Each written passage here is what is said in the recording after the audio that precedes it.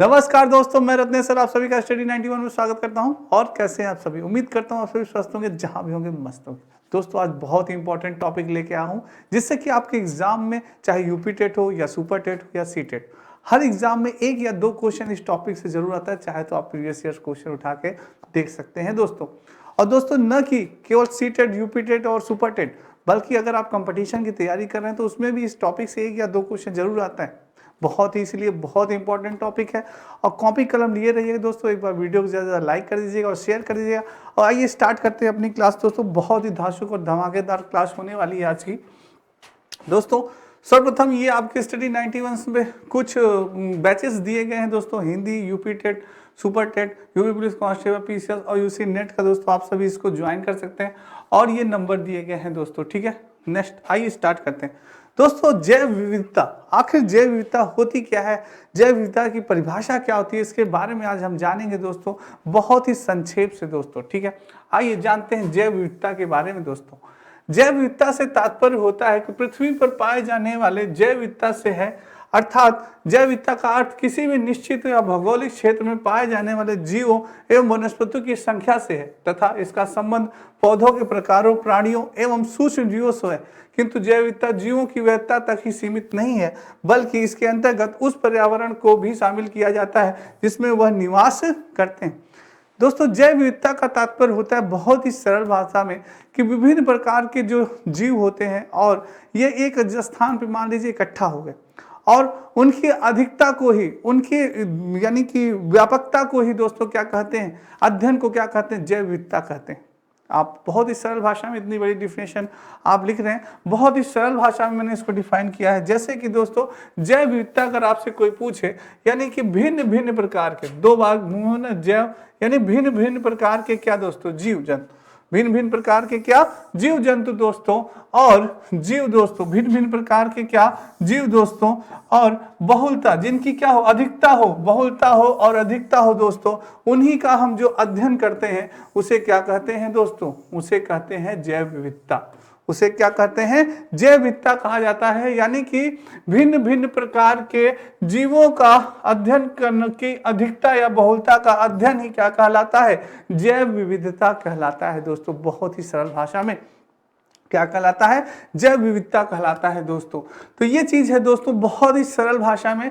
ये यानी कि आपसे कोई पूछ सकता है कि भाई जो जैव विविधता की परिभाषा बताइए, तो आप बता सकते हैं कि भाई जो जीव होते हैं भिन्न भिन्न प्रकार के, उनकी अधिकता, बहुलता यानी बहुत सारे दोस्तों, कहीं पे यानी कि आपने देखा कहीं पे घास उगाई, कहीं पे वृक्ष है और वहां पे बहुत सारे कई प्रकार के जीव अचानक आ जाते हैं दोस्तों, विभिन्न प्रकार के। और उनके बारे में हम दोस्तों जब अध्ययन करते हैं, उनके बारे में हम जानते हैं, वही क्या कहलाती है, वही कहलाती है दोस्तों जैव विविधता कहलाती है। क्या कहलाती है दोस्तों, जैव विविधता कहलाती है। बहुत ही इंपॉर्टेंट है दोस्तों। तो दोस्तों आपने जाना कि जैव विविधता की परिभाषा क्या होती है। दोस्तों सबसे पहले अब बात की जाए कि भाई जैव विविधता शब्द का प्रयोग कब किया था, किसने किया था। तो दोस्तों जैव विविधता के शब्द की बात की जाए तो 1985 में, 1985 में दोस्तों जॉल्टन, 1985 ईस्वी में वाल्टर जी रोजन ने दोस्तों, किसने, वाल्टर जी रोजन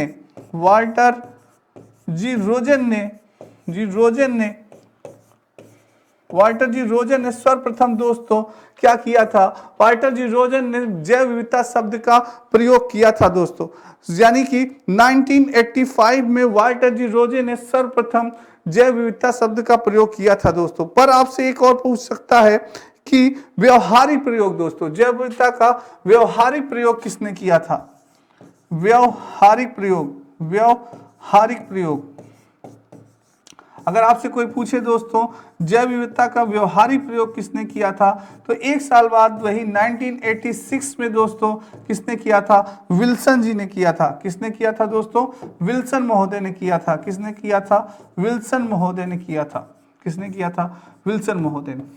तो दोस्तों अब आपसे प्रश्न कैसे पूछा जाएगा, सर प्रश्न कैसे पूछा जाएगा, प्रश्न ऐसे पूछा जाएगा दोस्तों, आपसे पूछा जाएगा कि बताइए जैव विविधता कहलाती है, यानी कि जीवों की बहुलता या अधिकता का अध्ययन ही क्या कहलाता है, जैव विविधता कहलाता है दोस्तों।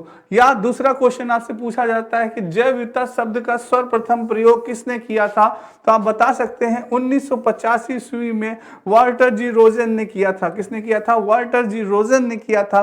और व्यवहारिक प्रयोग किसने किया था? व्यवहारिक प्रयोग बात की जाए तो दोस्तों तो 1986 ईस्वी में किसने किया था? विल्सन जी ने किया था। किसने किया था? विल्सन जी ने किया था। तो ये जानकारी थी दोस्तों बहुत ही अच्छी।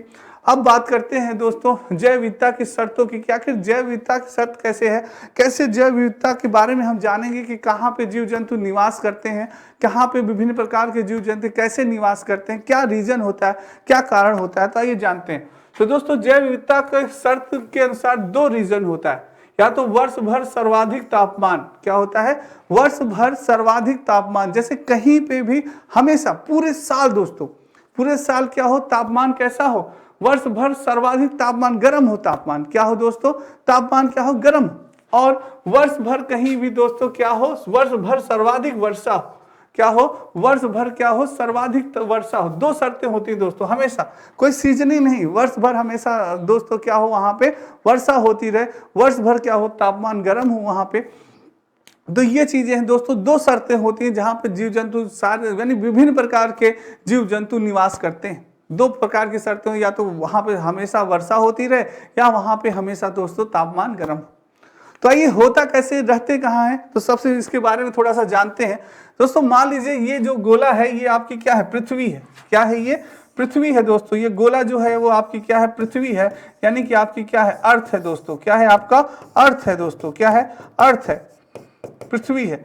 अब इस पृथ्वी को दोस्तों हमने 2 भागों में बांट दिया, यानी कि हमने क्या किया, 2 भागों में बांट दिया दोस्तों, यानी कि इसको गोलार्ध कर दिया। जब 2 भागों में बांट गया तो ये क्या हो गया, गोलार्ध हो गया दोस्तों। और इसे क्या कहते हैं, उत्तरी दक्षिणी गोलार्ध, और इसको क्या कहा जाता है, दक्षिणी गोलार्ध दोस्तों। क्या कहा जाता है? दक्षिणी गोलार्ध, दक्षिणी गोलार्ध। और इसे क्या कहा गया, उत्तरी ध्रुव गोलार्ध दोस्तों, और इसको दक्षिणी ध्रुव गोलार्ध भी कह सकते हैं आप। क्या कह सकते हैं? दक्षिणी ध्रुव गोलार्ध भी कहा गया दोस्तों। ठीक है, तो ये दोस्तों ये होता है आपका कितना, 90 डिग्री का। कितना हो गया, ये आपका हो गया दोस्तों 90 डिग्री का। ये भी कितना हो गया, 90 डिग्री का। और जो दोस्तों आपने जो इसको बीच में भाग में बांटा है, ये क्या हो गया, 0 डिग्री का हो गया। कितना हो गया दोस्तों, 0 डिग्री का हो गया। और इस रेखा को कहते हैं दोस्तों भूमध्य रेखा या विषुवत रेखा। क्या कहा जाता है? भूमध्य रेखा या विषुवत रेखा कहा जाता है दोस्तों। और दोस्तों ये जो एक रेखा होती है आपकी, ये एक रेखा होती है दोस्तों आपकी, इसे क्या कहा जाता है, इसे कहा जाता है दोस्तों कर्क रेखा। इसे क्या कहा जाता है, इसे कहा जाता है कर्क रेखा दोस्तों। क्या होता है, कर्क रेखा। और दोस्तों आप जानते हैं कि 66.5 डिग्री और 23.5 डिग्री इधर और 23.5 डिग्री इधर, 23.5 डिग्री इधर दोस्तों, और 66 डिग्री इधर पृथ्वी अक्ष पे क्या होती है, झुकी होती है। क्या होती है दोस्तों, पृथ्वी अक्ष पे हमारे झुकी होती है दोस्तों। और जब हमारा सूर्य दोस्तों क्या होता है, हमारा जो सूर्य होता है दोस्तों, जब सूर्य दोस्तों विषुवत रेखा और भूमध्य रेखा जो सूर्य होता है दोस्तों हमारा, जब ऐसे होता है दोस्तों, तो यहाँ पे दोस्तों सबसे ज्यादा सूर्य की ऊष्मा क्या होगी, सबसे ज्यादा सूर्य की किरणें जो निकलेंगी दोस्तों क्या होगी, सबसे ज्यादा सूर्य की किरणें किधर पड़ेगी, हमारी पृथ्वी पे पड़ेगी। तो ये क्या होगा, सबसे ज्यादा गर्म हो जाएगा दोस्तों। क्या होगा, ये भाग क्या होगा, सबसे ज्यादा गर्म हो जाएगा दोस्तों। क्या हो जाएगा, सबसे ज्यादा गर्म हो जाएगा।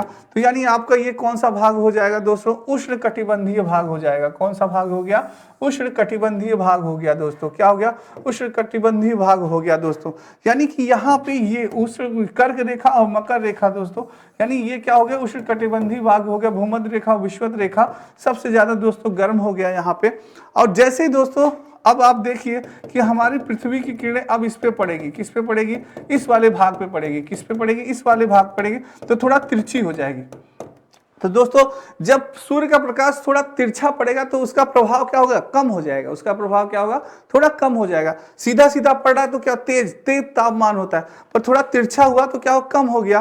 तो ये यहाँ पे क्या हो गया दोस्तों, थोड़ा सा कम हो गया, तो इसलिए इसे क्या कहा गया, शीतोष्ण कटिबंधीय कहा गया दोस्तों। इसका तापमान यहाँ कम हो गया तो इसे क्या कहा गया, जो आर्कटिक वृत्त और कर्क रेखा के बीच में दोस्तों इसे क्या कहा गया, शीतोष्ण कटिबंध कहा गया। क्या कहा गया, शीतोष्ण कटिबंध कहा गया। और दोस्तों थोड़े से सूर्य की हमारी किरणें किरणें पड़ी तो और दोस्तों तिरछी हुई जब सूर्य की हमारी किरणें तिरछी यहाँ पे पड़ी दोस्तों, तो यहाँ पे भी दोस्तों क्या हो गया, और भी कम हो गया दोस्तों। तापमान क्या हो गया हमारा, और भी ज्यादा कम हो गया दोस्तों। तापमान हमारा और भी कम हो गया, तो इसे क्या कहा गया दोस्तों, इसे कहा गया शीत कटिबंध कहा गया। क्या कहा गया, शीत कटिबंध। इसे क्या कहा गया, शीत कटिबंधीय क्षेत्र कहा गया दोस्तों। क्या कहा गया यहाँ पे, क्योंकि जब जैसे जैसे दोस्तों बढ़ रहा है तो क्या हो रहा है, सूर्य के तापमान धीरे धीरे क्या हो रहा है, कम हो जा रहा है। तो यहाँ पे अब क्या होगी, थोड़ी सी ठंड पड़ेगी तो क्या होगा, शीत यानी कि शीत कटिबंधी दोस्तों हो जाएगा। क्या हो जाएगा, शीत कटिबंधी यहाँ पे हो जाएगा दोस्तों। तो ये दोस्तों आपका क्या था, एक जैव विविधता की शर्तें थी, इसको आप समझ गए होंगे। अब इससे प्रश्न कैसे बनता है दोस्तों, बहुत ही इंपॉर्टेंट है, इससे प्रश्न कैसे बनता है। अगर आपसे कोई पूछे दोस्तों कि बताइए कि पृथ्वी पर सर्वाधिक जैव विविधता वाला स्थान कहाँ पे है, सर्वाधिक जैव विविधता वाला स्थान तो दोस्तों कहाँ होगा, भूमध्य रेखा या विषुवत रेखा पर सर्वाधिक जैव विविधता वाला स्थान पाया जाता है दोस्तों। यानी कि ये है आपकी भूमध्य रेखा। कौन सी है, भूमध्य रेखा है दोस्तों। मान लीजिए सागर यहाँ पे है, तो सागर है, तो यहाँ पे वो अरब सागर या वो सागर है। तो इस दोस्तों वाष्पीकरण जहाँ पे ज्यादा होते वहीं पे तापमान तीव्र होता। तो यहाँ पे दोस्तों है, तो यहाँ पे दोस्तों क्या होगा, भूमध्य रेखा और विषुवत रेखा पे जो जैव विविधता क्या होगी, सबसे अधिक पाई जाती है। क्या होती है, जैव विविधता भूमध्य रेखा और विषुवत रेखा पे क्या होगी दोस्तों, सबसे अधिक पाई जाएगी। दूसरा प्रश्न अगर आपसे कोई पूछे कि ये बताइए कि पृथ्वी पर सर्वाधिक जैव विविधता वाला क्षेत्र कौन सा है, तो क्षेत्र दोस्तों क्या होगा, उष्णकटिबंधीय क्षेत्र होगा। कौन सा होगा, उष्णकटिबंधीय क्षेत्र होगा दोस्तों। ये आपका जो ये क्षेत्र है दोस्तों, ये क्या होगा, आपका उष्णकटिबंधीय क्षेत्र होगा। तो ये आपका होगा दोस्तों उष्णकटिबंधीय क्षेत्र है। कौन सा, ये उष्णकटिबंधीय क्षेत्र है आपका दोस्तों। क्या है आपका, ये उष्णकटिबंधीय क्षेत्र, सॉरी शीतोष्ण कटिबंधीय क्षेत्र है। कौन सा है दोस्तों, शीतोष्ण कटिबंधीय क्षेत्र है। पूछा ना क्षेत्र, नहीं सॉरी, पृथ्वी पर सर्वाधिक जैव विविधता वाला क्षेत्र क्या होता है दोस्तों, उष्णकटिबंधीय क्षेत्र वाला होता है। और भूमध्य रेखा जैसे जैसे हम दोनों ध्रुवों की ओर आगे बढ़ती जाती है, वैसे वैसे जैव विविधता क्या होती है दोस्तों, बढ़ती चली जाती है। क्या होती है, जैव विविधता बढ़ती जाती है दोस्तों। भूमध्य रेखा जैसे ही वो क्या हो रहा है, जैसे जैसे चीजें बढ़ रही है दोस्तों, इधर सूर्य तापमान, वैसे वैसे क्या होगा, जैव विविधता हमारी क्या होगी, बढ़ती जाएगी दोस्तों। क्या होगी, बढ़ती जाएगी। तो ये चीज है दोस्तों, ठीक है, ये भी पूछा जा सकता है आपको। नेक्स्ट है दोस्तों, दोनों ध्रुवों से भूमध्य रेखा की ओर आगे बढ़ने पर जैव विविधता बढ़ती चली जाती है। जब दोनों ध्रुवों की बात हो दोस्तों, तो भूमध्य रेखा की ओर आगे की ओर क्या होने लगती है, बढ़ने लगती है। तो जैव विविधता क्या होती है, बढ़ती चली जाती है। भारत में सर्वाधिक जैव विविधता वाला क्षेत्र की बात की जाए दोस्तों, तो वो कौन सा होता है, पश्चिमी घाट होता है। कौन सा होता है, पश्चिमी घाट होता है सर्वाधिक जैव विविधता वाला क्षेत्र। और अगर बात की जाए तो भारत में सर्वाधिक जैव विविधता वाला स्थान कहाँ है, तो केरल की शांत घाटी दोस्तों क्या है, सर्वाधिक आपके जैव विविधता वाला स्थान माना जाता है। कौन, यानी कि केरल की शांत घाटी दोस्तों, ठीक है। तो ये दोस्तों बहुत ही इंपॉर्टेंट है, आपसे जैव विविधता के क्वेश्चन ये पूछे जाते हैं, स्क्रीनशॉट ले लीजिए आप लोग, बहुत बार पूछे जाते हैं दोस्तों। नेक्स्ट चलते हैं, ये दोस्तों आपकी स्टडी 9 में कुछ पुस्तकें दी गई हैं अपनी Hindi, video, PET combo, PET or लेखपाल कॉम्बो, फ्री डिलीवरी दोस्तों।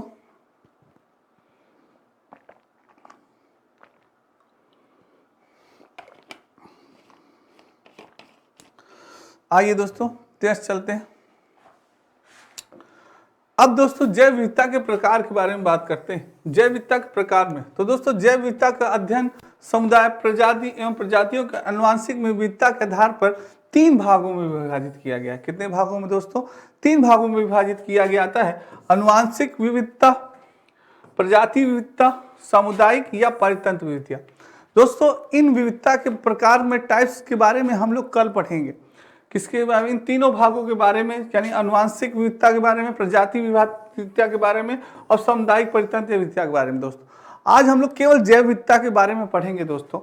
जैसे कि जैव विविधता का महत्व। अब जैव विविधता का महत्व क्या है दोस्तों, जानते हैं। जैव विविधता का महत्व इस प्रकार है, जैव विविधता कृषि के आनुवंशिक पदार्थ का स्रोत है जो कि कृषि के भविष्य के लिए अत्यधिक महत्व रखती है। कृषि जैव विविधता कृषि पारिस्थितिक तंत्र को मजबूती प्रदान करके उत्पादन क्षमता को बढ़ाकर सभी प्रजातियों का पोषण करती है।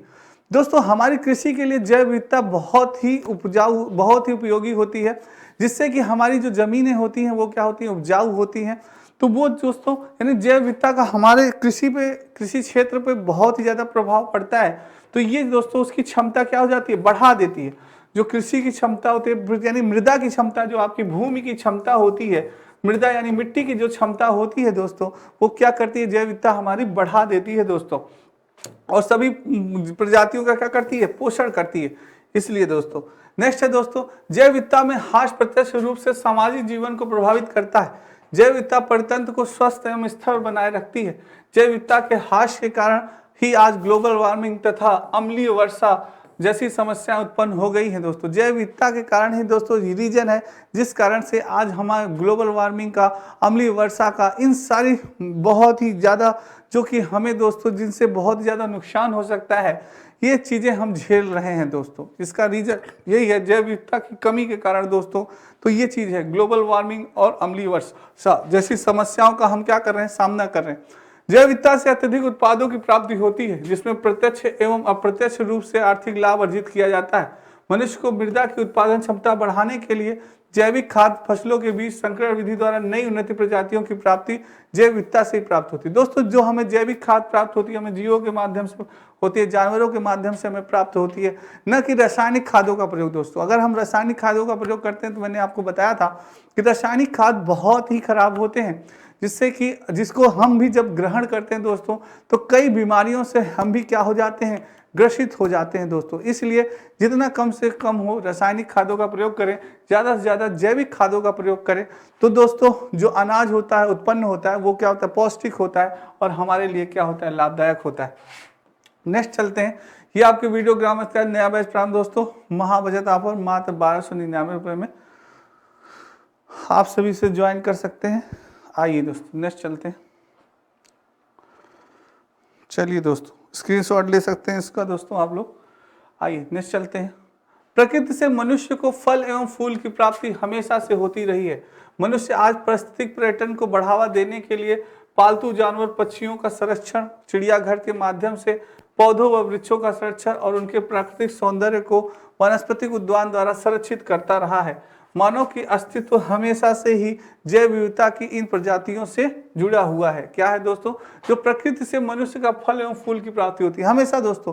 प्रकृति के माध्यम से अच्छे पेड़ पौधों के माध्यम से हमें क्या अच्छे अच्छे फल, पौष्टिक फल प्राप्त होते हैं, फूल प्राप्त होते हैं दोस्तों, जिनसे शहद बनते हैं, चीज़ें बनती हैं, कई चीज़ें बनती हैं दोस्तों। फल से भी कई खाद्य पदार्थ बनते हैं, प्राप्ति हमेशा होती रही है। मनुष्य आज पारिस्थितिक पर्यटन को भी बढ़ावा दे रहे। पारिस्थितिक पर्यटन से दोस्तों हमारी चीज़ें यानी कि अर्थव्यवस्था में भी सुधार हो रहा है, और पालतू जानवर पक्षियों का संरक्षण चिड़ियाघर के माध्यम से हम लोग कर रहे हैं।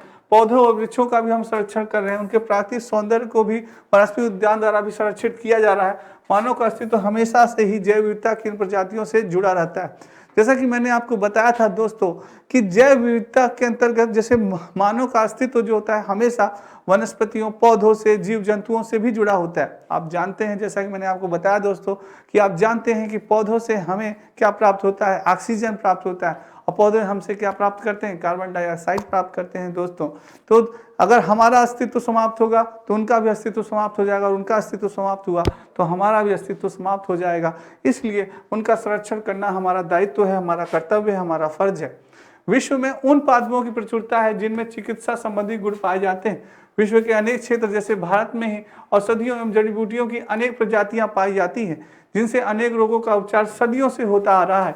कई पादपों से प्राप्त पदार्थों से दर्द निवारक, मलेरिया के उपचार से संबंधित, कैंसर आदि जैसी जटिल बीमारियों के भी उपचार की दवाइयां बनाई जा रही हैं दोस्तों। कई औषधियां हैं, जैसे कि औषधियां हैं, कई पादप हैं, ऐसे हैं, कई क्षेत्र हैं, जैसे कोई जड़ी बूटियां हैं दोस्तों, वृक्षों की छालें हैं और जड़ी बूटियां हैं, उनसे दोस्तों हम ऐसे ऐसे रोगों का यानी कि उपचार बना रहे हैं जो कि कभी सोचा नहीं गया था कि ऐसा भी बन सकता है उपचार, ऐसी भी दवा बन सकती है जिससे कि मलेरिया हो गया, कैंसर हो गया, ऐसी जटिल बीमारियों का भी उपचार दोस्तों हमने ढूंढ निकाला है।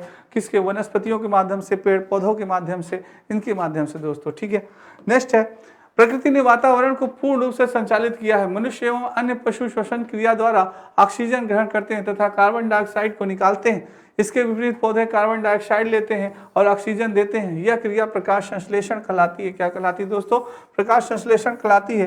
प्रकाश संश्लेषण और श्वसन क्रिया में वातावरण में गैसों का संतुलन बना रहता है दोस्तों। वही चीज है, मैंने अभी आपको बताया कि दोस्तों पौधे हमारे पर निर्भर रहते हैं, हम उन पर निर्भर रहते हैं, और ये संतुलन बनाने के लिए दोस्तों हम दोनों का अस्तित्व होना बहुत ही आवश्यक है।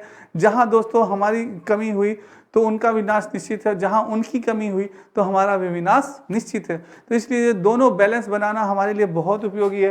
तभी दोस्तों वायुमंडल में, वातावरण में गैसों का भी संतुलन क्या होगा, बना रहेगा दोस्तों। न कार्बन डाइऑक्साइड की कमी होगी, न ऑक्सीजन की कमी होगी दोस्तों। ठीक है, नेक्स्ट है जैव विविधता परिस्थिति तंत्र एवं लोगों के स्वास्थ्य के लिए अत्यंत महत्वपूर्ण है। जैव विविधता स्वास्थ्य जीवन का निर्माण करती है। यह विविध प्रकार का भोजन एवं पदार्थ प्रदान करती है और अर्थव्यवस्था में योगदान देती है दोस्तों। ये सारी चीजें, जैव विविधता बहुत इंपॉर्टेंट है दोस्तों हमारे लिए। सोचिए कितनी इंपॉर्टेंट है दोस्तों। जैव विविधता पारिस्थितिक तंत्र लोगों के स्वास्थ्य के लिए भी अत्यंत महत्वपूर्ण होती है और जैव विविधता स्वास्थ्य जीवन का क्या करती है, निर्माण भी करती है। यह विविध प्रकार के भोजन भी हमें प्राप्त करती है, देती है और दोस्तों अर्थव्यवस्था में भी हमारा क्या करती है, योगदान करती है दोस्तों। चिड़ियाघर हुए, ये लोग भी हुए, बड़े बड़े जू हुए और चीज़ों को फल दोस्तों हुए, हम उनका आदान प्रदान करते हैं, बेचते हैं इन चीज़ों का, उससे हमें अर्थव्यवस्था प्राप्त होती है। तो ये चीज़ें हैं दोस्तों, सारी चीज़ें योगदान करती है जैव विविधता। ये दोस्तों आपके हिंदी विजुअल का नया बैच प्रारंभ मात्र 999 रुपये में सभी ज्वाइन कर सकते हैं। आइए दोस्तों नेक्स्ट, जैव विविधता का खतरा। अब खतरे की बात की जाए जैव विविधता की दोस्तों, तो जानवरों को अवैध शिकार और उनकी तस्करी के कारण जैव विविधता प्रभावित होती है दोस्तों आजकल आप जान रहे हैं कि जानवरों का अवैध शिकार बहुत ही ज्यादा हो रहा है, जिससे दोस्तों क्या होता है, जैव विविधता पर प्रभाव पड़ता है। धीरे धीरे जानवरों का अस्तित्व खत्म होता जा रहा है दोस्तों। वही जानवर आप देखते होंगे, गिद्ध होते थे, जो बाज होते थे दोस्तों, वो क्या करते थे, जो मृतक शरीर होते थे उनका सेवन करते थे, तो जिससे कि वातावरण दोस्तों क्या हो जाता था, शुद्ध हो जाता था। पर आज दोस्तों धीरे धीरे मृतक शरीरों की संख्या बढ़ती जा रही है, बाजों की संख्या खत्म होती जा रही है। आप जानते हैं कि हमारे जब बाज का अस्तित्व खत्म होने लगा तो वातावरण से कितना प्रभावित हुआ दोस्तों। जो जानवर मरते हैं दोस्तों ऐसे ही लोग फेंक देते हैं और वो उनसे जो बदबू निकलती है, गंध निकलती है, वो कितनी दोस्तों प्रभावकारी होती है आप जानते हैं, जो हमारे वातावरण को बहुत ही प्रदूषित करता है। और कृषि क्षेत्रों के विस्तार के कारण प्राकृतिक आवासों का भी नष्ट हो गया। जो प्राकृतिक आवास थे दोस्तों वो भी क्या हो गए, धीरे धीरे नष्ट होने लगे। जब हम लोग कृषि क्षेत्र बनाने लगे, ज़्यादा से ज़्यादा उपजाऊ करवाने लगे, यानी कि हमें ज़्यादा से ज़्यादा अन्न उपजाऊ करने लगे दोस्तों, तो उस चीज़ से भी प्राकृतिक आवासों का नष्ट हो गए। तटीय क्षेत्रों भी नष्ट होने लगे और जलवायु में क्या होने लगा, परिवर्तन होने लगा। अस्थिरीय जल भूमि को जल से भरने व उसे पानी को निकालने की भी प्रक्रिया में अनेक वो हुए दोस्तों, दिक्कतें हुई। ये चीज़ है दोस्तों। अनेक प्रजातियां भी स्थापित हो जाती थी। जंगलों में लगी भीषण आग, अधिक गर्मी के कारण या मनुष्य की लापरवाही के कारण जातियों को नष्ट होने की संभावना अधिक बढ़ा देती थी दोस्तों। कभी कभी जंगलों में आग लग जाती थी, जिसके कारण मनुष्य भी हो जाता था या अधिक तापमान भी होता था, जिससे कि क्या हो जाता था दोस्तों, कभी कभी वहाँ की जो जीव जंतु हैं क्या हो जाता, पूर्णतः नष्ट हो जाते थे दोस्तों। मनुष्य अपनी बढ़ती आवश्यकताओं की पूर्ति के लिए लगातार जंगलों को काटकर ऊंची ऊंची इमारतें एवं उद्योगों का निर्माण कर रहा है, जैव विविधता को अत्यधिक नुकसान पहुंचा रहा है दोस्तों। हम लोग अपने निवास स्थान को बनाने के लिए दूसरे का निवास स्थान उजाड़ रहे हैं, ये क्या उचित है? इसलिए दोस्तों हमें ज़्यादा से ज़्यादा निवास स्थानों का निर्माण नहीं करना चाहिए। बड़ी बड़ी बिल्डिंगें, ऊंची ऊंची इमारतों का निर्माण करने ना नहीं चाहिए दोस्तों। जितना हमारे लिए पर्याप्त है उतना है। किसी दूसरे का निवास स्थान उजाड़ के अपना निवास स्थान कभी नहीं बनाना चाहिए दोस्तों। ये चीज़ है दोस्तों। नेक्स्ट है, ये आपके दोस्तों नितिन सर के द्वारा हैंड राइटिंग लिखी गई सारी पुस्तकें बहुत ही इंपॉर्टेंट है ये दोस्तों। तो ये चीज़ है दोस्तों, जैव विविधता बहुत ही इंपॉर्टेंट थी दोस्तों। जैव विविधता से हमारे एग्जाम में कई बार क्वेश्चन पूछे जाते हैं, आपसे पूछ सकते हैं दोस्तों कि जैव विविधता का खतरा किससे है, तो आप बता सकते हैं अवैध शिकार दोस्तों। जो अवैध शिकार होते हैं उससे जैव विविधता को खतरा है। तस्करी के कारण जो होता है दोस्तों, कृषि क्षेत्र का विस्तार, कृषि क्षेत्र के विस्तार से भी जैव विविधता प्रभावित होती है। और आप बता सकते हैं कि तटीय क्षेत्र नष्ट हो रहे हैं, इससे भी जैव विविधता प्रभावित होती है और जलवायु भी परिवर्तित हो रही है। आप बता सकते हैं कि असली जल भूमि को जल से भरने, उसे पानी को निकालने को भी प्रक्रिया से क्या होता है दोस्तों, जैव विविधता प्रभावित होता है। आप बता सकते हैं कि प्रजातियां, जंगलों में लगी भीषण आग के कारण भी जैव विविधता क्या होती है दोस्तों, प्रभावित होती है। तो आपसे पूछ लेगा दोस्तों कि ऑप्शन पूछेगा कि बताइए जैव विविधता किस प्रकार से प्रभावित होती है, ऑप्शन दे देगा। जंगल में लगी आग, मनुष्य अपनी बढ़ती हुई आबादी, जनसंख्या, बढ़ती हुई इमारतों का निर्माण, तो ऐसे कई ऑप्शन होंगे उसमें से एक होगा कि नहीं है पूछ सकता है, या तो कारण पूछ सकता है, या नहीं है ये भी पूछ सकता है दोस्तों। किसी भी प्रकार से क्वेश्चन पूछे तो आप बताने के लिए तैयार रहिएगा। जैसे कि मनुष्य अपनी आवश्यकता के लिए ऊंची ऊंची इमारतों का निर्माण कर रहा है, ये भी जैव विविधता का बहुत ही महत्वपूर्ण कारण है दोस्तों। तो आपसे किसी भी प्रकार से क्वेश्चन पूछ सकता है दोस्तों, चाहे घुमा फिरा के, चाहे जैसे पूछे कि बताइए जैव विविधता का कारण क्या है, या पूछ सकता है जैव विविधता का कारण नहीं है। तो आप आसानी से, अगर आपका बेसिक चीज़ें, आपकी नॉलेज आपको है, बेसिक चीज़ें आपकी तैयार हैं, तो आपको एग्जामिनर नहीं फंसा सकता दोस्तों। पर आपका अगर बेसिक चीज़ें ही आपकी तैयार नहीं है, नॉलेज नहीं है, तो एग्जामिनर आपको जरूर फंसा देगा। तो इसलिए जैव विविधता से हमें किस प्रकार से लाभ है, जैव विविधता से हमें किस प्रकार से हानि होती है, और दोस्तों जैव विविधता किस प्रकार से प्रभावित होती है, इन सारी चीज़ों की हमें दोस्तों जानकारी होनी चाहिए। जैव विविधता किसे कहते हैं, इसके बारे में भी जानकारी होनी चाहिए। तो इसकी सारी चीज़ों के बारे में मैंने आपको बताया। तो दोस्तों ये चीज़ है, इसको ध्यान रखिएगा, बहुत इंपॉर्टेंट सेशन है, क्योंकि ये आपके एग्जाम में हर बार दोस्तों पूछा जाता है आपसे, ठीक है। तो ये दोस्तों आपके नितिन सरदार हैंड राइटिंग लिखी गई प्राचीन इतिहास, मध्यकालीन इतिहास, इतिहास, सामान्य हिंदी, इंडियन ज्योग्राफी, बायोलॉजी, सारी पुस्तकें दोस्तों बहुत ही इंपॉर्टेंट हैं। सारी कंपटीशन को देखते हुए दोस्तों आपके कंपटीशन में ये पुस्तकें बहुत इंपॉर्टेंट करेंगे दोस्तों। और दोस्तों मैं आपको ये बताना चाहता हूँ कि यूपी टेट का आपका नोटिफिकेशन आने वाला है बहुत ही जल्द, तो अभी से तैयारी करते रहिए दोस्तों। ज़्यादा से ज़्यादा दोस्तों अगर हो सके तो सिर्फ एक ही रामबाण है, प्रीवियस ईयर्स क्वेश्चन दोस्तों, ज़्यादा से ज़्यादा प्रीवियस ईयर्स क्वेश्चन लगाते चलिए। और मैं आपको प्रीवियस ईयर्स क्वेश्चन क्यों लगाने के लिए कहता हूँ, इसके दो फायदे होते हैं दोस्तों। पहला है आपका टाइम मैनेजमेंट। क्या है दोस्तों? Time management. क्या है? टाइम मैनेजमेंट दोस्तों, यानी जितना ज़्यादा से ज़्यादा होगा दोस्तों, जब आप प्रैक्टिस सेट करेंगे तो टाइम मैनेजमेंट है। आपके 5 पार्ट है, आपको मालूम है कि आपके 5 पार्ट है दोस्तों। हिंदी है, इंग्लिश है, मैथ है, जो इंग्लिश लेंगे, जो संस्कृत लेंगे संस्कृत लेंगे, मैथ है, हिंदी है, इंग्लिश है, मैथ है, ईवीएस है, सीडीपी है। ये दोस्तों आपके 5 पार्ट हो गए, 1, 2, 3, 4 और 5। सब में आपको 30 नंबर करना है। 30 क्वेश्चन है दोस्तों, 30 नंबर के सब में करने हैं। पूरा आपका 150 नंबर का है। अब 150 क्वेश्चन दोस्तों आपको करना है। टाइम मैनेजमेंट दोस्तों, तो इसलिए कितना समय हमें किस पे देना है, हिंदी पे कितना समय देना है, इंग्लिश पे कितना देना है, संस्कृत में कितना देना है, ईवीएस पे कितना देना है, सीडी पे, मैथ पे कितना देना है। तो ये दोस्तों आपको टाइम मैनेजमेंट किससे सीखेंगे आप जितना प्रीवियस ईयर क्वेश्चन करेंगे, प्रैक्टिस सेट करेंगे, उससे आपका टाइम मैनेजमेंट बनेगा दोस्तों, तैयार होगा। और दूसरी चीज़ है दोस्तों क्वेश्चन बैंक। क्वेश्चन बैंक आपका दोस्तों, अगर सोचिए आप 150, वो एक दिन में आप 150 क्वेश्चन सॉल्व कर रहे हैं दोस्तों, और तो 150 में कुछ तो आपके माइंड में रहेगा दोस्तों। ऐसा तो नहीं कि 150 क्वेश्चन का आंसर आपके स्किप कर जाए। 150 में अगर 100 क्वेश्चन का भी आंसर आपके दिमाग में है, मैं कह रहा हूँ 60% दोस्तों, 60%, 75, 50% और 70 है दोस्तों आपका। तो भी दोस्तों सोचिए, बहुत ही यानी कि आपके पास अच्छा खासा दोस्तों, यानी कि आपके पास प्रश्नों की क्या है, एक अच्छी खासी क्वेश्चन बैंक बन जाता है दोस्तों, जो आपको मालूम है।